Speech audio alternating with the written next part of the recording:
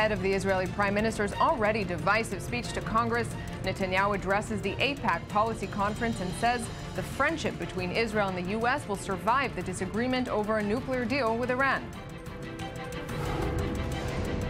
The Iraqi military, alongside thousands of Shiite militia fighters, begins a large-scale offensive to retake the city of Tikrit, the hometown of Saddam Hussein, from the Islamic State group. And in the latest attack on government and security forces, at least 9 people are wounded in an explosion at the front gate of a top Egyptian court in Cairo.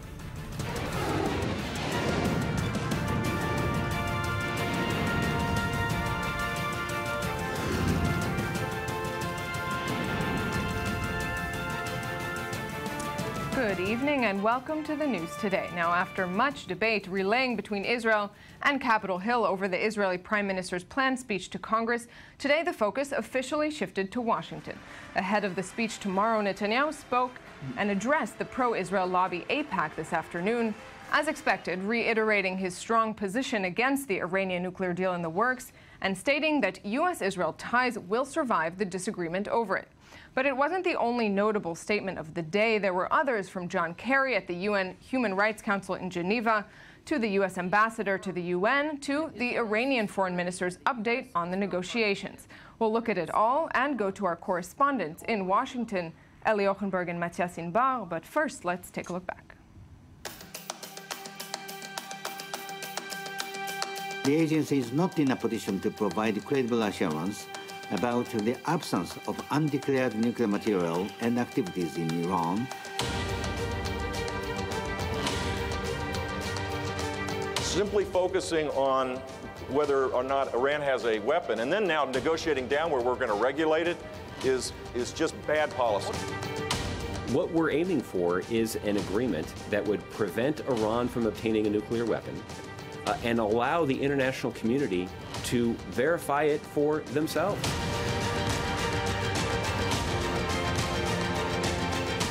We ally with others, most importantly the United States of America, to defend our common civilization against common threats. American leaders worry about the security of their country. Israeli leaders worry about the survival of their country.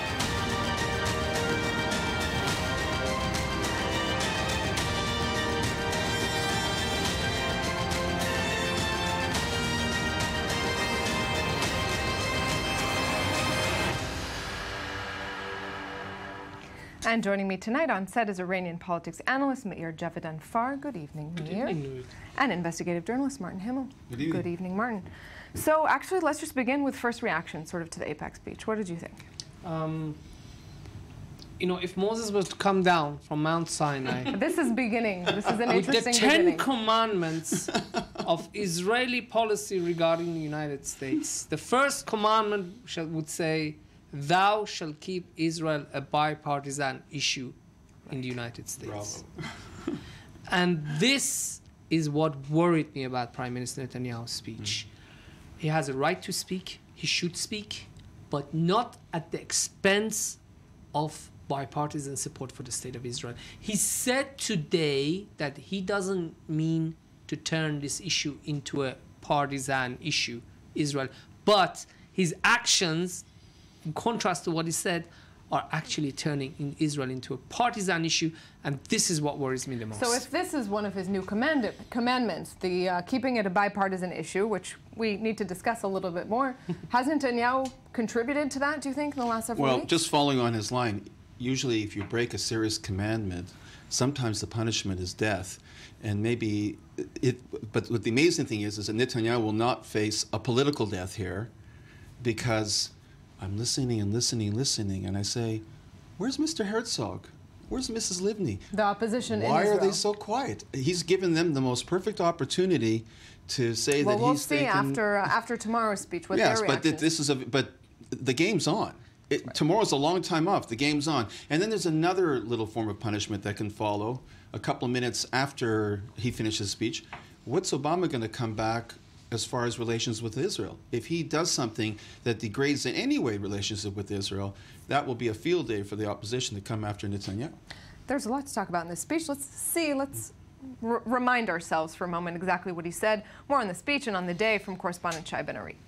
The Prime Minister of the State of Israel, Mr. Benjamin Netanyahu. It was a taste of what's to come, an appetizer ahead of the main course. The Israeli Prime Minister ascended the podium at the annual AIPAC Policy Conference Monday to much fanfare and applause. He felt right at home. Anyone here from California? Florida? New York? The most Americanized of Israel's prime ministers worked the friendly crowd with expertise, even introducing his controversial ambassador to Washington, who received a mixed reception. A man who knows how to take the heat, Israel's ambassador to the United States, Ron Dermer. Netanyahu also put the spotlight on his wife, generally considered an unpopular figure back home. Sarah divides her time as a child psychologist, as a loving mother. Sarah, I'm so proud to have you here with me today. The Prime Minister soon turned to business, though. Tuesday's main event, his controversial speech to Congress. My speech is not intended to show any disrespect to President Obama or the esteemed office that he holds. I have great respect for both. In past years, on the side of the administration, it was American presidents, Barack Obama among them, who regularly showed up at this conference, an annual reaffirmation of the strength of the bond between the two countries. This year, the president stayed away, and Vice President Joe Biden and Secretary of State John Kerry are conspicuously out of town. The administration's representatives this year are relatively low-ranking, at least compared to the top figures, National Security Advisor Susan Rice and U.S. Ambassador to the United Nations Samantha Power. Neither are particularly popular with the AIPAC crowd. The bond between the United States and Israel is still a national commitment. It should never be a partisan matter. The sentiment was echoed by the Prime Minister himself. The last thing that I would want is for Israel to become a partisan issue. And I regret that some people have misperceived my visit here this week as doing that. A conciliatory tone, perhaps, but Netanyahu remained firm on the issue that has brought him to Washington, Iran. No more. The days when the Jewish people are passive in the face of threats to annihilate us, those days are over. Towards the end of his speech, the Prime Minister attempted to ease concerns over strains in U.S.-Israeli relations that have reached a peak with a dispute over Tuesday's speech. Despite occasional disagreements, the friendship between America and Israel grew stronger and stronger, decade after decade. And our friendship will weather the current disagreement as well to grow even stronger in the future. Netanyahu is probably right on that count, but some are wondering whether his political career will also withstand the current disagreement. So Martin Mayer, I think we heard the words partisan and bipartisan about 10, 20 times there. Not sure which one it is. But how about Ron Dermer? One thing in terms of preserving the U.S.-Israel relationship, thanking Ron Dermer, we just saw it in the report, got a standing ovation. He's done such a wonderful job. He's blacklisted in the State Department. He's he's one of the few ambassadors. Oh my God. He's one of the few ambassadors to the United States that is basically persona non grata, but not formally. And Netanyahu applauding him. He got a very big applause in the AIPAC today. Yes, I mean, it's. So let's look at you. Look just exasperated. No, because I can just imagine how the Iranian regime must be so happy. We have to stop the Iranian nuclear program. Sitting back and watching this play between Netanyahu and it's like Obama. sometimes you watch the other side score own goals all the time. You don't have to do anything. I mean, we're used to taking advantage of Ahmadinejad scoring 50 own goals against Iran and serving our interest. We have a prime minister who, again, is his right, it's his duty to stop a nuclear-armed Iran. We all agree with that. But the way he's doing it, and I'd like to emphasize to your viewers, the way, the method, the means don't justify the end. We are paying a high price for this. And the Iranians are happy. The Iranians would have paid millions of dollars, perhaps tens of millions of dollars, to hire lobbyists in Washington to try to create problems between Iran and Israel and U.S. They wouldn't have been able to do it. And just yesterday, Ayatollah Rouhani made very clear he said that it's doing well for us.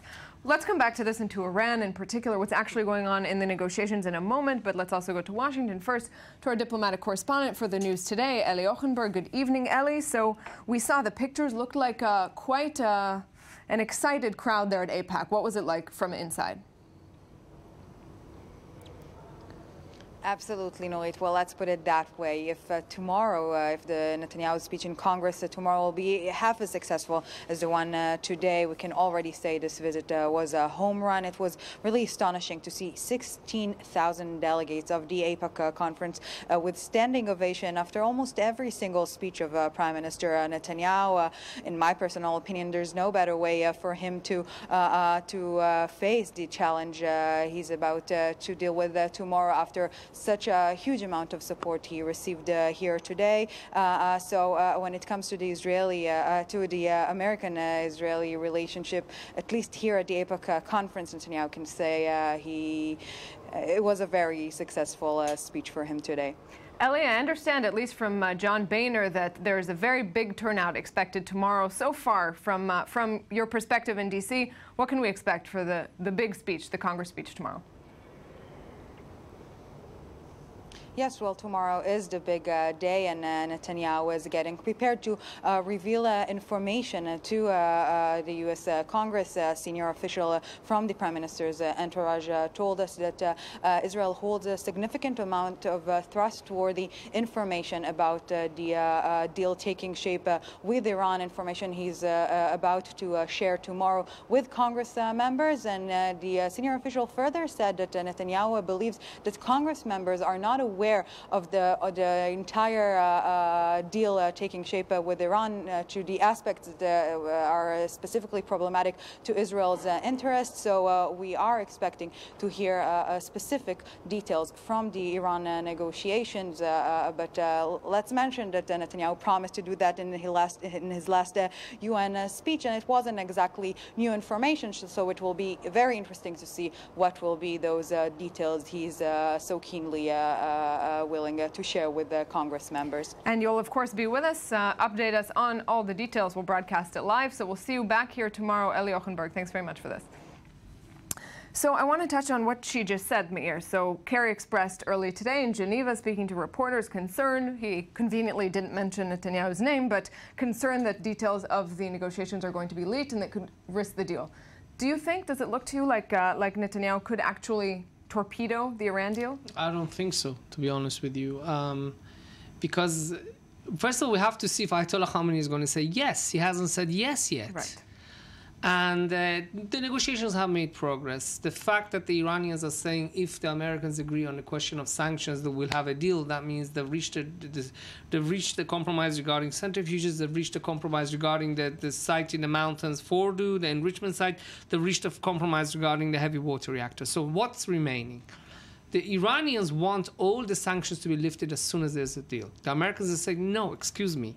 You did not tell the truth to us when you were building 2 secret enrichment sites. We don't trust you.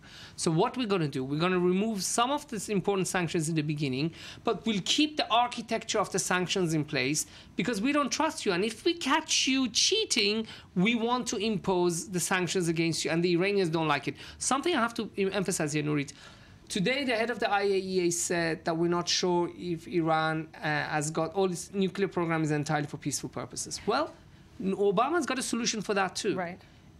The sanctions will not be removed in their entirety until such times that Iran has come clean about its nuclear program. Well, I have follow-up questions on that, but before, let's actually hear what he had to say, what the head of the IAEA, who was also in negotiations with Iran all of this time, had to say earlier today. Iran has yet to provide explanations that enable the agency to clarify 2 outstanding practical measures agreed in May 2014 in the 3rd step of the Framework for Cooperation. Iran also has still to propose new practical measures. The agency remains ready to accelerate the resolution of all outstanding issues under the Framework for Cooperation. This can be realized by increased cooperation by Iran and by the timely provision of access to all relevant information, documentation, sites, material, and personnel in Iran as requested by the agency. Yes, Martin. If I could just add something, I heard your correspondent there talking about the great show of support. Actually, what's very important is what you didn't see. I've been to the APAC conferences several times. You did not see the president who comes all the time. You didn't see the Secretary of State who comes most of the time, or the Secretary of Defense, or the Vice President. Right. This is very conspicuous and a great. He sent Samantha Power sort of as which is a slap in the face. Secondly, yes, you're seeing 16,000 Jews who are very active and very supportive of Israel, but the wider Jewish community, there is significant erosion when it comes to Israel. If you go to the Reform movement, you go to the conservative movement, they are very angry with Israel on Jewish issues, on isolation, and here when they're put into a position where they have to say, well, am I going to support Israel here or am I going to support my own government? It puts them into a terrible position.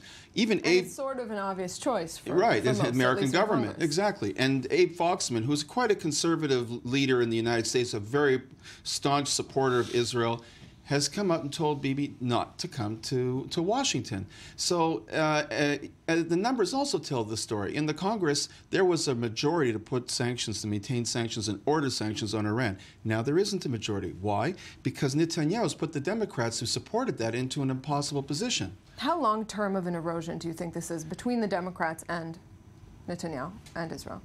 Well, I think a lot depends on the election. I think that the relationship between the Prime Minister and the American government is irreparably damaged. Irreparably damaged. That doesn't mean relationships between Israel and the United States are irreparably damaged, but I think with him it's irreparably damaged, especially if a Democrat wins. And secondly, I think that the fact that he is the main reason why this agreement is not going to go through. If he stayed home or just spoke right there at that conference, this agreement might have gone through because the Democrats who want to keep sanctions, and I am for keeping sanctions. I'm against this agreement. He's sabotaged the agreement. I think that, as you say, the Iranian government should send him a thank you. Netanyahu said today that he doesn't think that Congress has the sort of full picture on the Iran deal.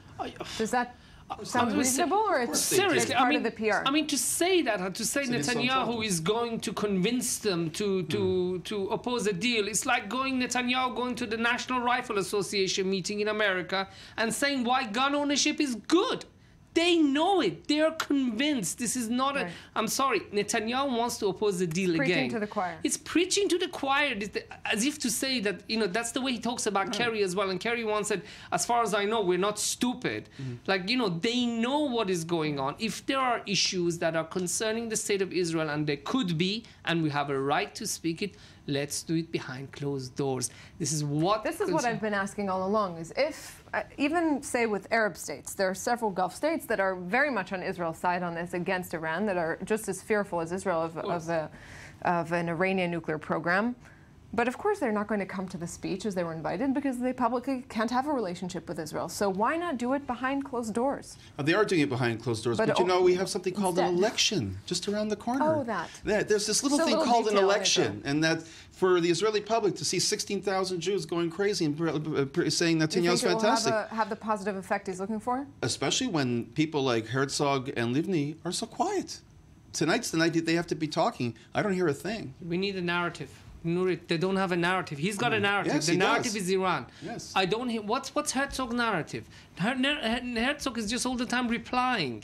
He needs to have his own narrative, and until such times, I don't know if this is going to seal the election. But we'll get more into it sure that. Looks great. Okay, it does. Yeah. We'll get more into that a bit later in the show, but I want to go back to the IAEA and to Iran for a moment, because another element I'd like you to help me understand is that you have the P5+1 negotiations going on this whole time. Those are the ones that are really discussed in the media and discussed by Kerry and so on. And all this time you also have the IAEA conducting simultaneous negotiations and consistently saying Iran is not living up to its part of the agreement. Correct. How can those two things happen at once? How can the UN atomic watchdog saying these things not affect the other deal? They've reached an agreement, it seems, that the IAEA and the P5+1 have reached an agreement that even if there is a deal signed, that Iran has still not answered the questions, the deal will go through, but some of the sanctions will remain in place until such times that Iran answer these questions. They don't want the deal, they don't want the IAEA question to stop a nuclear deal, but they don't want it in a way that as soon as the deal is signed, Iran can say, well, you know what, I don't need to answer these questions. No.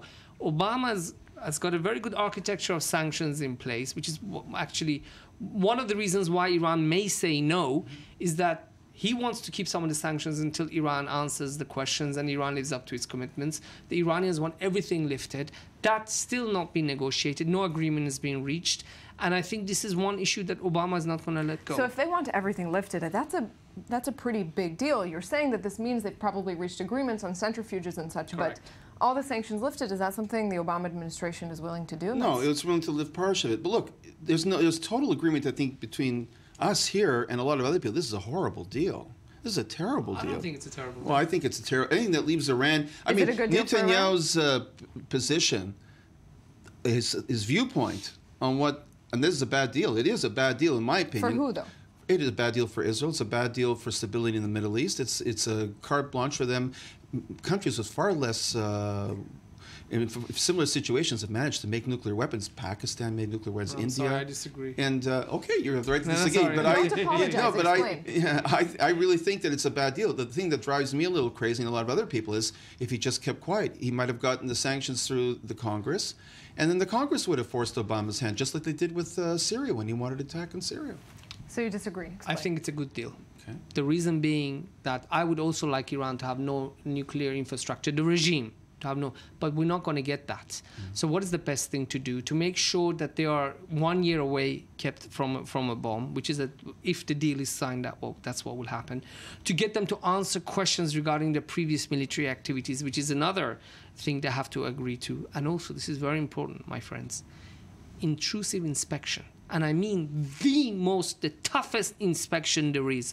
Right now, Iran's enrichment sites at Natanz and Fordo get IAEA visitors every single day. Yet you do have and the this Iranian is good opposition. for us. This is great. The Iranian Iranians opposition claiming there are some sort of secret sites that haven't been, that they have satellite images of. But let me challenge you something. The IAEA has not taken that up, and the group that's come up with it, sometimes they've been right, but sometimes they've been completely off. Let me challenge you something. Sure. Okay, let's say there is a deal and some sanctions are lifted, which will be a big plus for the Iranian economy, okay? And let's say after that, there's this wiggle room. They keep the inspectors away, but not completely away. They keep them. They drag on for months here, drag on for months there. You think it's that simple to put the sanctions back on again? It's not. That's a great question, and the answer is yes. The reason being that they're keeping the sanctions are being suspended, and I emphasize the word suspended. And this is what drives Khamenei crazy. He wants elimination, and America is offering suspension. And if the Iranians want to play games, the sanctions are going to be imposed again, because you know what? The world has proven it can live without Iranian oil. They stopped the Iranian oil. The Iranians were thinking before, if you stop buying our oil, and I can show you a quote, they were saying that they thought that West would not impose sanctions because oil would go up to $200. The world stopped buying Iranian oil, and how much is it now? $50. The Iranians need the economic transactions far more than... Speaking then of oil and of Iran, let's look a little bit at the bigger regional picture. Saudi Arabia, there was a lot of talk when discussing the nuclear program about a potential arms race that could be started if Iran does get there. If Iran gets this deal, so not a nuclear weapon, at least not yet, but does get this deal with the United States, can we expect a reaction, a knee-jerk reaction from Saudi Arabia? A bit of a nuclear reaction. Yeah. Basically, they'll want a nuclear reactor. They'll want to start developing some sort of process, because Iran's not going to go make a bomb. Even if they can make a bomb, they're going to get very close to the point of making a bomb, so that if they have to make an end run and push, it's not going to take that long. But I think that Saudi Arabia and Qatar and the Gulf states are all going to start developing nuclear energy, precisely as an insurance policy for this, and they're going to get close. So what's the United States going to do? Start imposing sanctions on them? Of course not. So I think that keeping the sanctions was the best bet to making sure this would go slowly. You know, you have to have goodwill and trust on both sides for a deal like this to work. And Iran, and a nice columnist in the New York Times said, you know, it's to expect nations to act rationally, that they want to, that need economic benefit. Who says Iran's rational? Who says they really care that much economically? They are very rational, and I have to say two things I would like to dispute here. One of them saying Iran will be close to a bomb. First of all, it will be a 1 year breakout, which we'll know, number one. Number two, you need, apart from the enriched uranium, you need to have the trigger system, which Iran has been working on, but we don't know if they've mastered it. Number three, you need to deliver it. The North Koreans kicked out the IAEA in 2003, and they still have not been able to make it. They're very good at blowing holes in North Korea through testing, but to put it on a missile, they still have not managed to do that. So again, I'm not so sure Iran's going to be close to that. And also the second point, I think, for the Iranians are rational. Yes, they've lied in the past before. I agree with you 100%. But the joint plan of action that was signed on 23rd of November 2013, they have kept every letter of that agreement. They have respected it. So I think there is... Iran acts based upon its interest. It's in their interest to respect it, and I think if there is a deal, it will be in their interest not to go against it. Can I?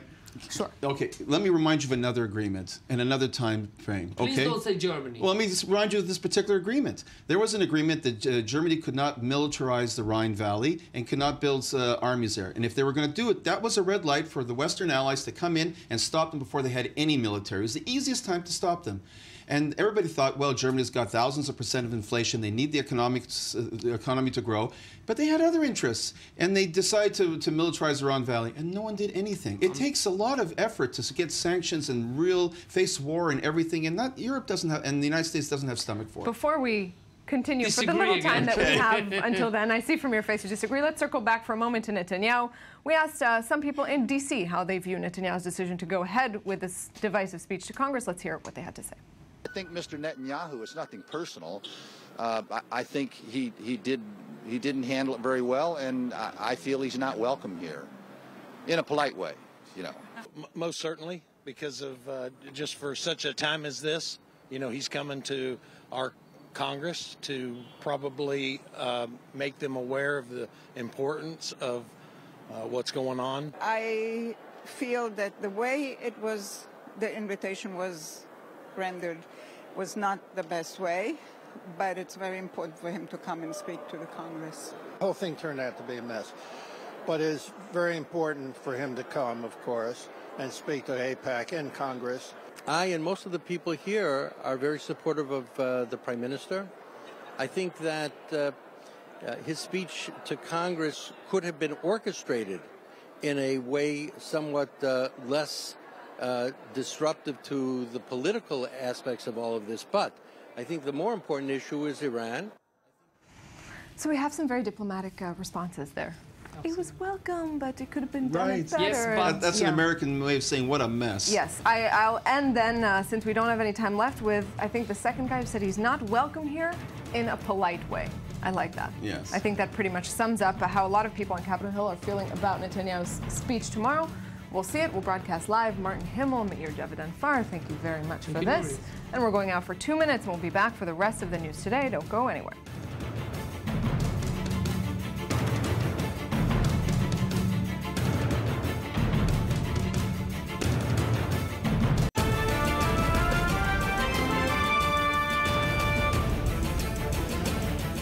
Ahead of the Israeli Prime Minister's already divisive speech to Congress, Netanyahu addresses the AIPAC policy conference and says the friendship between Israel and the U.S. will survive the disagreement over a nuclear deal with Iran.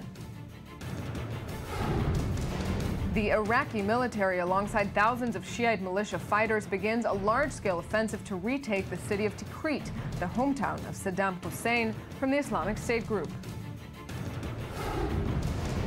And in the latest attack on government and security forces, at least 9 are wounded in an explosion at the front gate of a top Egyptian court in Cairo.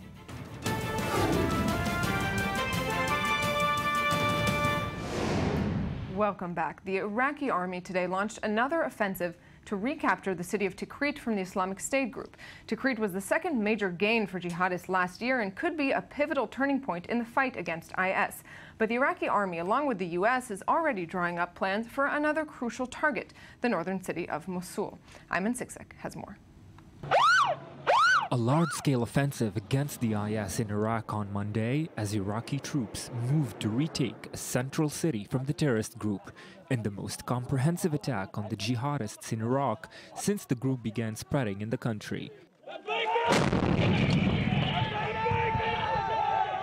Backed by an estimated 27,000 volunteer Shiite militia fighters, the Iraqi military is now moving towards the city of Tikrit in a battle that could either deliver the most considerable blow yet to the IS if it succeeds, or deepen the country's bloody sectarian war if it fails. Iraqi Prime Minister Haider al-Abadi visited the forces outside of Tikrit, saying this was the 0 hour for the liberation of the city.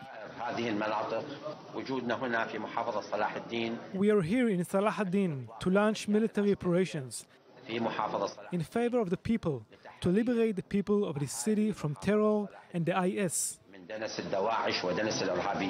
In an unlikely statement that same day, al-Abadi also promised amnesty to local residents who were forced to join the IS if they lay down their arms and assist the security forces in pushing out the militants.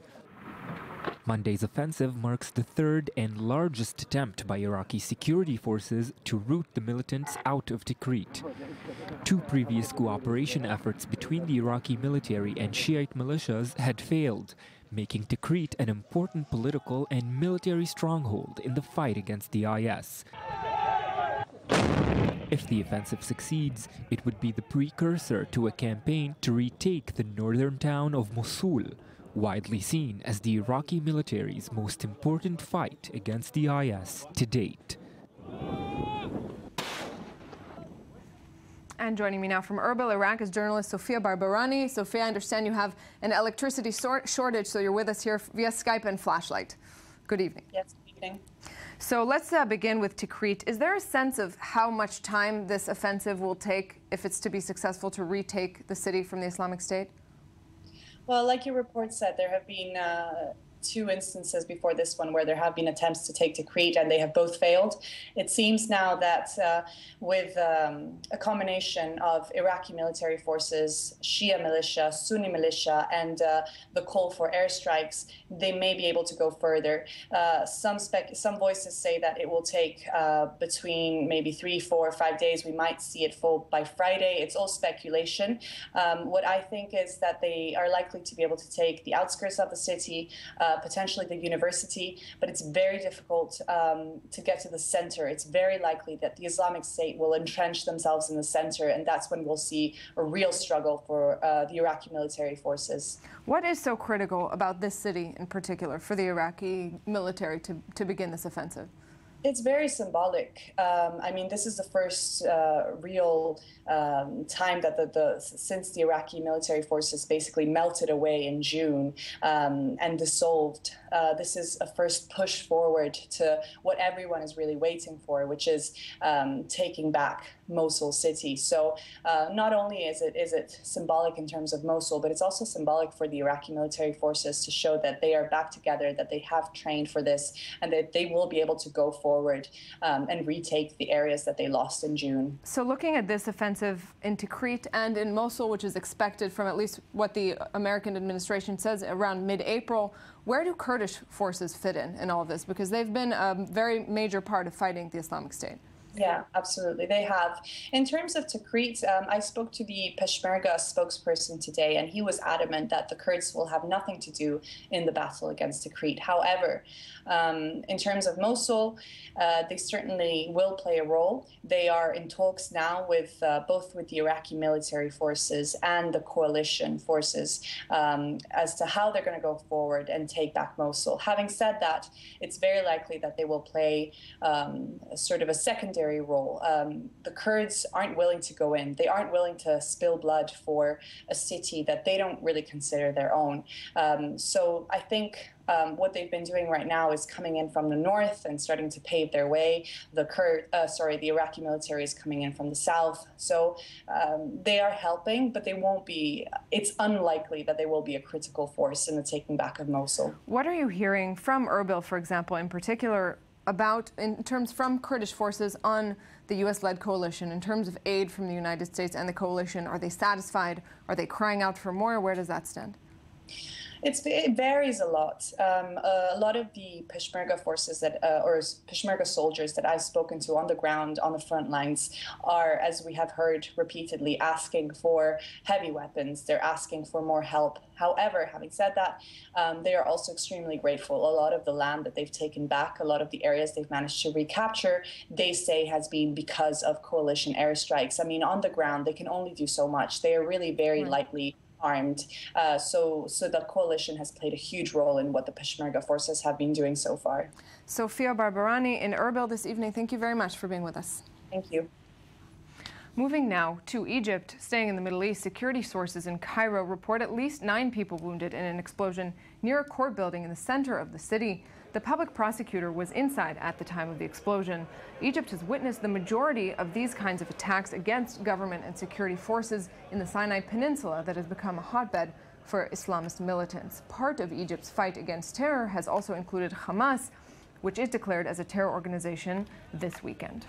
And joining me for a little bit more on that is Eran Singer, Middle East editor for Israel Public Radio. Good evening. So let's begin with this attack, because it may seem like a sort of drop in the bucket, but there have been more and more of these in Cairo alongside the Sinai Peninsula. Yes, but this one this morning is a significant one because it's not only against security officials or against government buildings. This time it's against the judicial authority in Egypt, which means right at the front gate. Yes. Well, when you are trying, or when you hurt, or when you bomb a court building, especially after 2 or 3 days ago, when it was decided that Hamas will be declared or will be listed as a terrorist organization by an Egyptian court, and more than that, after the leader of the Islamic Brothers, Mohammed Badi, was sentenced to life again.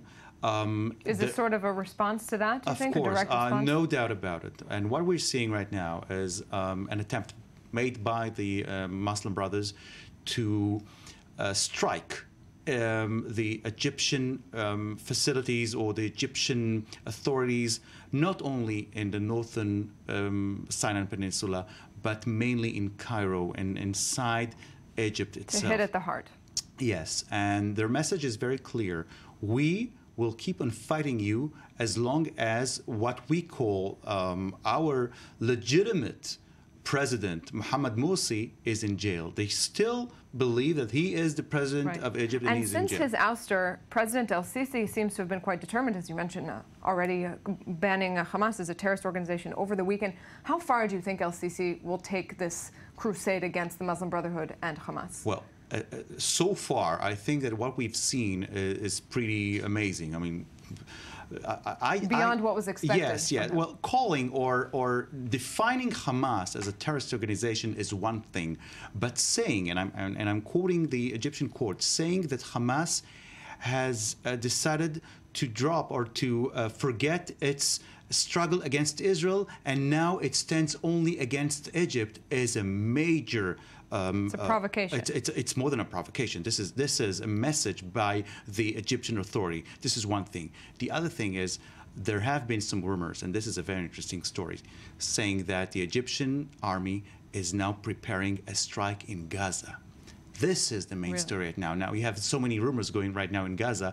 Will we see Egyptian jets flying over Gaza only a few months after the Israeli jets were doing so, and targeting Hamas targets inside the Gaza Strip? This is the main story right now. And they're certainly doing work on the border, also on the Rafah border crossing, in terms of still, yes, building a border fence. Yes. Very interesting, Eran Singer. Thanks very much for this. Moving to Israel, to the IDF, a video clip published online shows 2 Israeli soldiers sending a dog onto a Palestinian youth, releasing him towards them. The event took place on December 23rd of last year, but was only made public now. A report from Israel's Channel 2 claims the soldiers caught the Palestinian youth after he threw stones at him. Here's the video.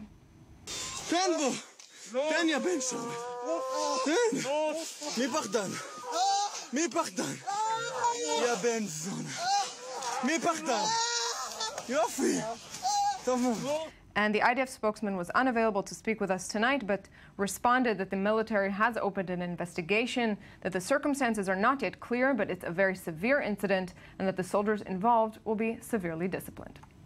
To Ukraine, U.S. Secretary of State John Kerry was not only speaking about Iran, but also Ukraine. He sat down with his Russian counterpart in Geneva today ahead of the UN Human Rights Conference. Iran, Ukraine, and the death of opposition figure Boris Nemtsov were only a few of the issues on the table.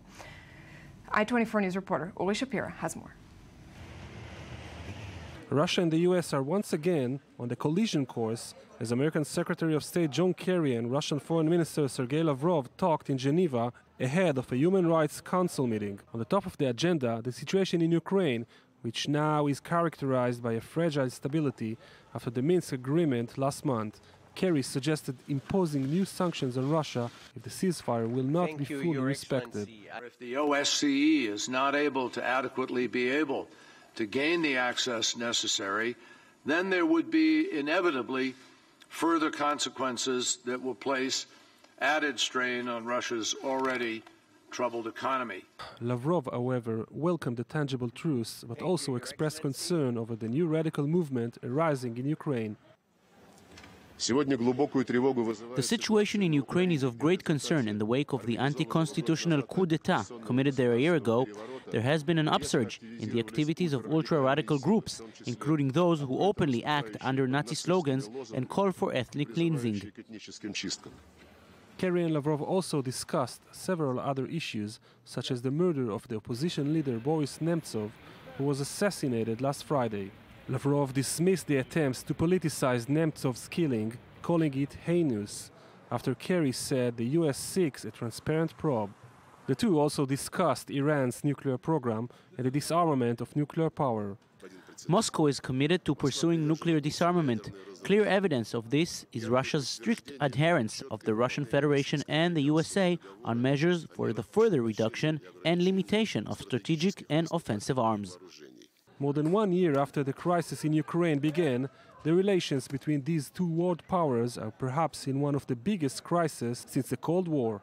Now, with a new truce and a possible breakthrough in Iran talks, both leaders are hoping to open a new chapter in this love-hate story. And now to economy.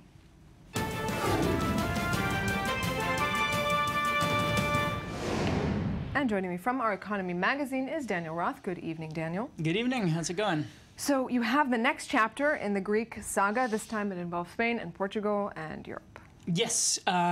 Basically, what's happened is that the argument between Greece and the Eurozone has now spilled over into countries that Greece, I guess, you know, there's this idea of the pigs countries, Portugal, Italy, Greece, and Spain. People tend to think of them as a team, but in this argument about argument or process or negotiation, it seemed to Tsipras and the Greek government that Spain wasn't exactly in their corner. They're actually against them. We called it a conspiracy even. Yeah, absolutely. And there's two different situations. One of them is that Portugal sort of bought their way. They paid their debts, and they said, look, Greece, you need to pay your debts.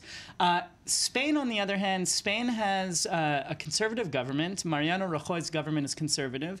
And there's the Podemos party that is nipping at their heels, and in a lot of polls look like they may take out the conservatives. And the Podemos party is even more radical than Syriza. They're younger, they're more vibrant, and people really, really like them. So all of this concern, when Tsipras first came into power just a short while ago, the concern over the domino effect in Spain and Portugal, does this affect that? Does this sort of look like maybe that's not the case? It's clear that under Mariano Rajoy and Coelho in Portugal, we're not going to see them follow suit. They're very much in what one might term Germany's corner. I see. So where does the European Commission come into all this? Because they're sort of stepping in as a mediator of sorts?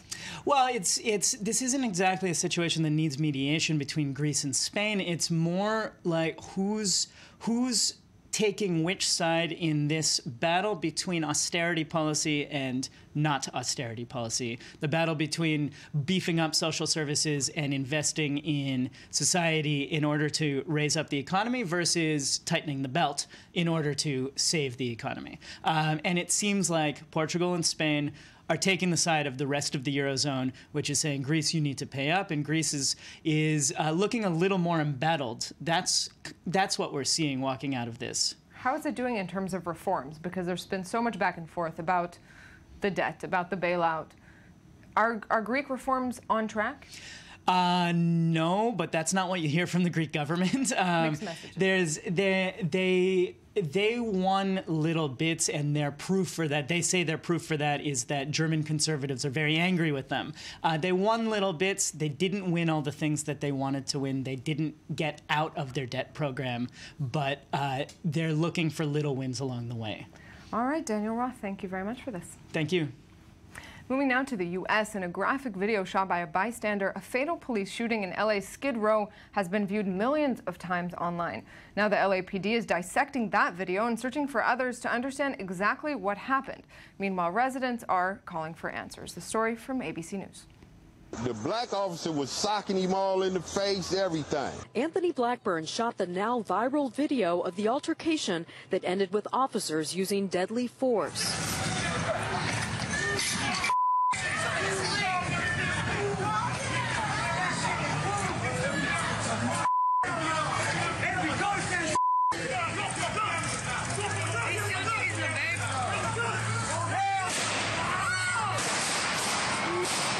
I seen him take his last breath. So when he took his last breath, you know what I'm saying? They handcuffed him. Everybody was hollering, "You done killed that man. The man is dead." The shooting happened at about noon on San Pedro near 6th Street in front of several witnesses. Next thing I knew, I heard one shot, and I looked over across the street and I seen 3 more shots being fired at the guy.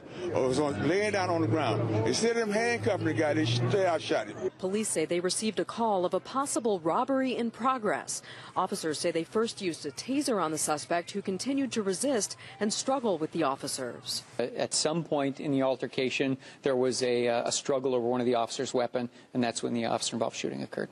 The LAPD says a supervisor and 2 officers fired their weapons. People on Skid Row who knew the man say his nickname was Africa and he wasn't violent. I'm like, what did he do? He wasn't an aggravated person. He wasn't mad all the time. He just had mental problems. Anytime we have an officer-involved shooting and there's a loss of life, people are upset, and justifiably so. Nobody out there, no police officer out there wants to be involved in a situation like this. We have to take someone else's life. The deadly use of force has outraged many community activists. Earl Ofari Hutchinson is calling on the LA Police Commission to hold a special hearing. Look at tactics, look at procedures, look at policies, look at how the LAPD officers on the beat, on the street, deal with homeless people.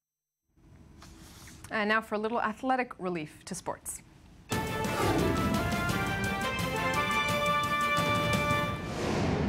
And of course, joining me is host of the I-24 News Sports Magazine, Jonathan Regev. Good evening, Jonathan. What do you have for us?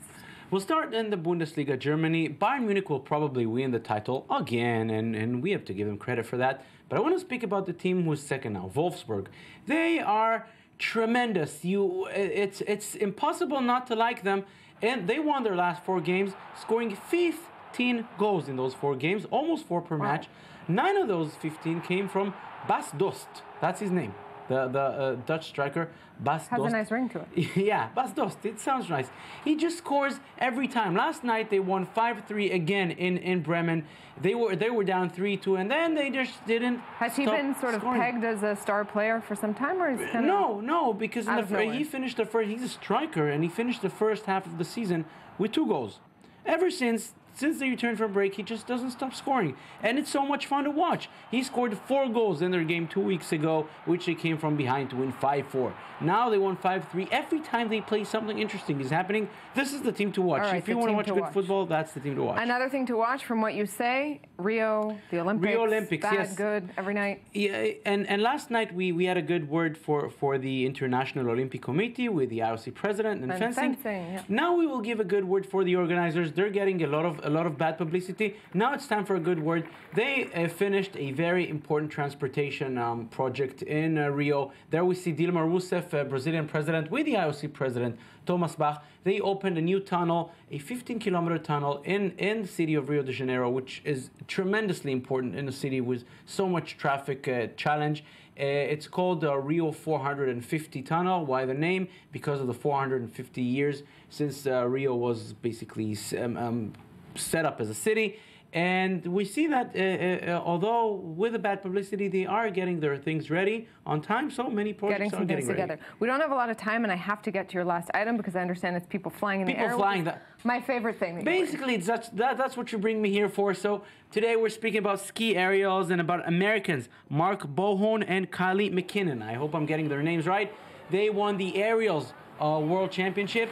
It's just beautiful. I mean, we envy them so much. And unbelievable. yes, this event is in Belarus. These are the kind of videos you can just keep watching. It's exactly. just unreal. They are flying in the air. That's what you're saying. And doing flips, and it's like diving. It's but beautiful. Skiing with yes, skis. yes, only high in the air. We always wanted to be like birds. They are.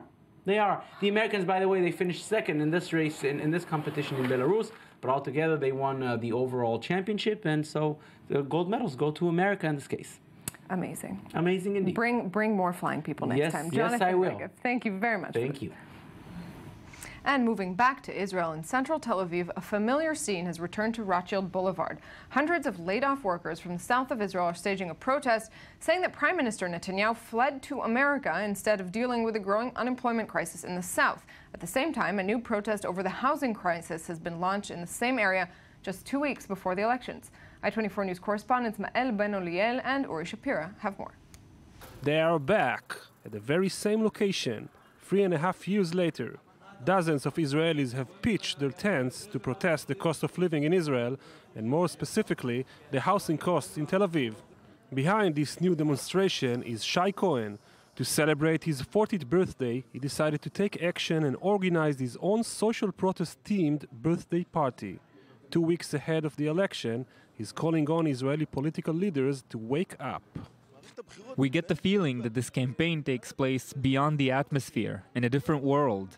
We're witnessing an aggressive campaign where parties publish ridiculous videos. Their agenda is only focusing on ISIS and Iran, while as an Israeli citizen, I am deep in debt and I can't afford decent housing.